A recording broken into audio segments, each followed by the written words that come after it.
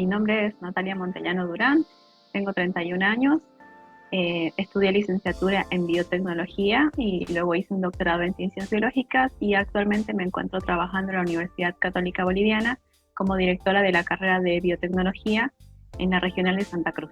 Creo que tuve muchas etapas porque uno va viendo las profesiones de sus parientes más cercanos, desde no sé, tu papá y tu mamá. Eh, y entonces, bueno, mi papá es ingeniero químico y ahí va como que, bueno, ingeniero, pero tampoco me gustaba lo que hacía porque trabaja como que en YPF y no me gustaba ese trabajo. Eh, y ahí, bueno, ves entonces a tus tíos médicos y te gusta como el título del médico. Pero tengo que contar la historia que siempre cuento, que digo que con mi hermano, tengo un hermano menor, somos súper seguidos y jugábamos juntos, obviamente. Y mis Barbies eran científicas, eran superhéroes y científicas. Así que creo que desde ahí como que ya estaba orientada. Obviamente ser científico en Bolivia no es común, entonces era como, eran superhéroes y científicos, porque era algo así de imposible. Entonces nunca pensé que lo iba a lograr. Miles de tardes gastamos tratando de volar y nunca lo logramos, pero bueno, científicos somos ambos, así que súper orgullosos mis papás y yo súper orgullosa de haber logrado el sueño de mis Barbies. La siguiente pregunta es acerca de la brecha de los sueños. Si tú has escuchado alguna vez este concepto, si sabes lo que es. Sí, de hecho me empecé a involucrar bastante al volver a Bolivia porque se nota la diferencia. Yo estudié en Argentina y ya se nota la diferencia volviendo a Bolivia, así que me empecé a involucrar bastante y siempre fui feminista en el hecho de que, bueno, como les contaba, mi hermano es muy seguido a mí e incluso dentro de casa había algunas pequeñas diferencias. No hay grandes diferencias y le tengo que agradecer a mis padres porque precisamente por eso creo que ambos somos tan equitativos, pero sí había diferencias cuando había que, por ejemplo, cuidarte de afuera o qué van a, o sea, como que qué van a pensar los demás afuera. En mi casa, si yo hacía, no sé, la ensalada ayudando a mi mamá, mi hermano hacía el refresco. Entonces, en casa nunca hubieron diferencias y por lo tanto los sueños tampoco fueron muy diferentes. Mi hermano es científico, es físico, ahora trabaja, entonces somos bastante iguales en ese sentido, pero sí sé lo que es la brecha de sueños porque no todas las casas tienen la suerte de que se les dé la misma oportunidad y me empecé a involucrar más en esto cuando escuché que mis estudiantes, las mujeres, decían que no podían ser, por ejemplo, ingenieras o que no podían tener una gran carrera, como que no puedes aspirar a tanto como ser un presidente o ser director o jefe porque eres mujer. Entonces creo que ahí está la brecha de sueños de la que tanto hablamos y que hay que tener más conciencia de ello porque nuestras niñas deberían tener la misma posibilidad de llegar tan lejos como los hombres, como los niños hombres. Mi familia, precisamente, incluyendo a mi hermano, porque incluso hasta el día de hoy cuando hablo con él, es increíble la conciencia que él tiene de la igualdad de género. Entonces tengo que agradecer que mi mamá es súper fuerte y en mi casa siempre se hizo respetar el hecho de que mamá y papá tenían los mismos derechos sobre nosotros y nosotros al ser uno y uno, un hombre y una mujer, también era como que nunca hubo diferencias en eh, incluso nos hacemos chistes de la clásica, del clásico meme de que cuando tienes un hermano todo se parte a la mitad exactamente. Entonces, tanto en derechos como en obligaciones, creo que siempre fue así y tengo que agradecerle mucho a mi familia porque si bien y eso es algo que sorprende tal vez a algunos, y también por eso me gusta incentivar a todas las niñas, ninguno de mis padres es científico y no tiene nada que ver con la ciencia. Y no son intelectuales, o sea, más que hacer su trabajo y su profesión, no es que tuvimos una influencia de ellos, pero siempre que queríamos hacer algo, nos apoyaban. Entonces, cuando yo les dije que quería ir a Argentina a estudiar biotecnología, en lugar de decirme, no, mejor estudia acá, no sé qué, me dijeron, ok, mi mamá me acompañó, me dejó allá, me ayudó. Cuando le llegó la hora de mi hermano fue exactamente lo mismo y ya con la experiencia mía fue mucho más fácil.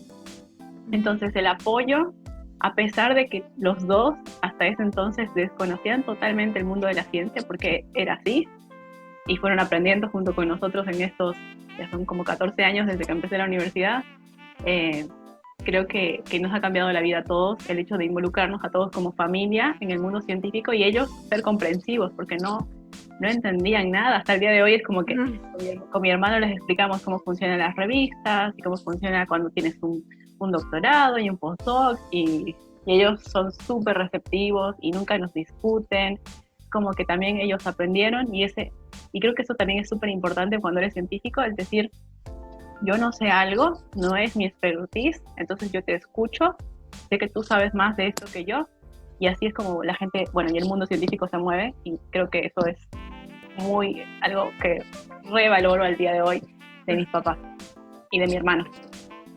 Qué lindo, entonces ha sido la familia algo que te ha jalado mucho para adelante. Sí, como tú dices, Natalia, más allá de que ellos no tienen una formación científica per se, pero han sido bastante comprensivos. Creo que eso es fundamental para para cualquier niña que quiere estar aspirando a una carrera científica. Y el apoyo. Sí, sí, sin duda. Natalia, la siguiente pregunta es, ¿cuál es tu opinión respecto a la participación de las niñas y las mujeres en la ciencia? Si crees que la representación femenina está acorde a nuestras capacidades o a las oportunidades. Bueno, es evidente que no, y de hecho pasa algo de lo que podría hablar ahora, es que los sueños ahora, en el siglo XXI, y las oportunidades dicen ser iguales, ¿no? Entonces, por ejemplo, cuando entras a la universidad, incluso en las carreras de ingeniería o física, matemáticas, yo tengo amigas que son físicas, matemáticas, porque uno va conociendo gente de todas las ramas, siguen siendo muy, muy pocas las mujeres. Incluso mi hermano, que es físico, me decía que en su curso de 11 era una mujer, entonces es como el 10%. Eso es porque y lo hemos estudiado, o sea, lo hemos pensado mucho, incluso con mi hermano, que es hombre, ¿por qué las mujeres no estudian? Y es porque nunca te incentivan a estudiar eso. Es como que no ves a los papás diciendo, ay, mira, te compré un telescopio a su hijita, ¿no? O incluso, sí, esas pequeñas cosas de los juegos o de mostrarte algo en la televisión. Y mucho menos cuando no tienes esto que me pasó a mí, de tener un hermano hombre tan cerca. Creo que eso ayudó mucho. Entonces, ya cuando empiezas la universidad, en algunas carreras se nota la diferencia de la elección que uno hace. Y uno dice, y a mí me han discutido mucho mis amigos hombres hasta el día de hoy de, bueno, pero es que las mujeres no se meten. Y sí, pero porque nunca nos incentivan. Entonces, ¿cómo te vas a meter a algo que no conoces? Incluso para mí biotecnología fue algo súper nuevo porque no existía en Bolivia. Y fue un golpe de suerte de que mi papá escuchó la carrera, sabía que a mí me gustaba la biología. Entonces fue un golpe de suerte, no fue algo que siempre me cultivaron. Y ya empezamos ahí. En mi caso, en biología y en biotecnología, hay muchas más mujeres en la facultad. Cuando yo estudiaba, el 10% era hombre, entonces pasaba al revés. Claro. Pero ves como cuando va avanzando, bueno, ahí estás teniendo una licenciatura, una profesión. Cuando pasas al doctorado, la proporción ya es menos, o sea, hay menos mujeres que eligen hacer el doctorado. ¿Por qué? Porque quieren tener una familia o se vuelven al pueblo, porque muchas eran de pueblo en la ciudad donde yo estudié, entonces se vuelven al pueblo porque tienen que cuidar a sus padres, tienen el novio en el pueblo, entonces vuelven con el novio. Entonces como que la mujer siempre termina eligiendo un poco no los sueños, sino la familia, y eso se nota mucho en la sociedad boliviana. Como que si eres la hija mujer, eres la responsable de la familia, de los padres, y después cuando tienes tu propia familia también. Entonces ya en el doctorado era menos, y después en Argentina, tú ves, hay 5 rangos de investigadores, entonces van avanzando como si fuese una carrera científica, ¿no? El investigador asistente, que es el primero, ya es mitad hombre, mitad mujeres, a pesar de que al principio eran como 90% mujeres y 10% hombres. Claro. Y a lo largo de la carrera científica van siendo mucho menos las mujeres. Entonces, ¿qué tanto las mujeres van abandonando la carrera científica? Eso es lo que tendremos que tomar en cuenta ahora. Porque en teoría, de nuevo en nuestro país y en la región, porque Latinoamérica ya está más o menos igual, la oportunidad es la misma, pero no. ¿Por qué? Porque las responsabilidades van cambiando y eso es algo un poco más social. Pasa que en la universidad el ambiente ya está acostumbrado a que sean mucho más hombres. A mí me pasa. De hecho, por ejemplo, en la universidad somos 11 o 12 directores y solamente hay 2 mujeres que somos directoras. Entonces, ahí se notan las diferencias. Cuando ya son los cargos más altos, es donde tenemos que empezar a trabajar Y de hecho, por ejemplo, en países como Europa o Estados Unidos, donde ya tienen una igualdad un poco más equitativa, ellos pelean por los cargos altos, es decir, que haya, por ejemplo, la misma cantidad de jueces mujeres que de hombres. Lo mismo pasa con los rangos más altos de científicos. Creo que ahí es donde se notan las diferencias y las oportunidades no son las mismas, porque las responsabilidades sociales tampoco son las mismas. Sí, definitivamente. Es una tarea pendiente a reflexionar, porque como tú dices, bueno, si bien, por ejemplo, en biotecnología hay un mayor porcentaje de mujeres en un inicio, lo más lógico sería que pueda haber la misma cantidad de profesionales, o sea, trabajando en campo, trabajando en altos rangos, pero bueno, hay muchos otros factores que es importante considerar, ¿no? Para tener un cambio real en las oportunidades. Sí. Natalia, la siguiente pregunta es, ¿qué mensaje tienes para las niñas que tienen el sueño de ser científicas? Que lo hagan. Es simple como eso. No importa qué te digan, porque la gente lo que va a hacer, y a mí me pasó, que cuando entras a la universidad, biotecnología es una carrera muy difícil. Entonces me acuerdo mi primera clase era la clase de matemática, el primer día en la facultad. Yo iba con toda la energía, yo había salido como la mejor estudiante de mi curso, casi siempre, y bueno, tenía como la super esperanza de que me iba a ir bien. Primera clase de matemática y me dice la chica de al lado, ¿es tu primer día? Sí. Ay, bueno, vas a hacer matemática 3 años seguidos. El mío es el cuarto. Ay, me asusté. Claro. ¿Por qué me decía eso el primer día de clase? Y la verdad es que sí, es difícil. Yo veo como mis estudiantes ahora en la carrera dicen, ay, ¿por qué me va mal? Sí, es mucho más difícil.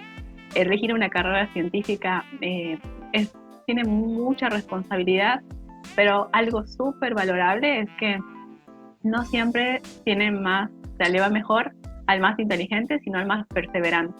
Y la ciencia es de muchísima perseverancia. ¿Por qué? Porque yo he pasado en el doctorado 1 año haciendo el mismo experimento y te sale mal y tienes que cambiar y bueno, por eso se llama experimento, porque no sabes lo que va a pasar.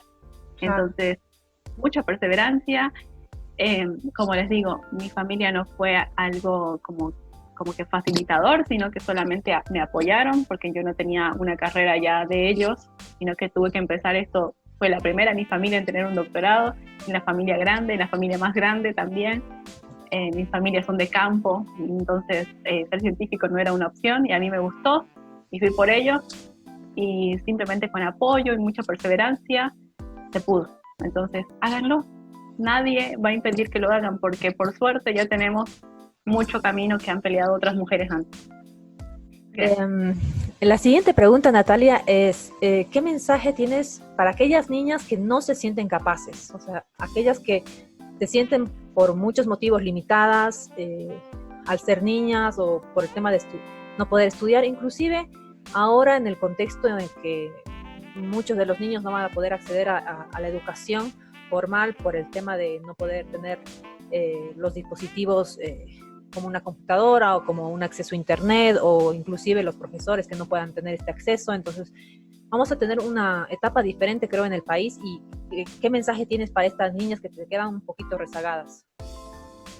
Sí, claro. Bueno, a lo largo de mi carrera he tenido la oportunidad y la suerte de conocer muchas historias de científicos a lo largo de la historia y creo que es súper importante, así como la historia nos enseña a no cometer los mismos errores, la historia también nos enseña a cómo lo podemos hacer y lograr porque alguien antes ya lo logró. Entonces, no van a ser las primeras que sin oportunidades y sin ninguna clase de tecnología logra ser científica, porque ha pasado. Hay miles de historias de científicos. No hay ninguna película, ninguna historia conocida de Latinoamérica, pero ahí las convierten en la oportunidad de mostrar que sí. Yo sí conozco científicas que no tendrán su película, pero lo han logrado. Gente como mi familia que eran de campo, que no tenían ninguna oportunidad y entonces lo bueno y la magia de la tecnología del siglo XXI es que el conocimiento está en Internet. Antes, y me acuerdo que mis profesores me contaban, por ejemplo, llegaba todo por el correo, entonces eran meses larguísimos que tú esperabas, por ejemplo, un libro o algo así, y entonces era muy limitado.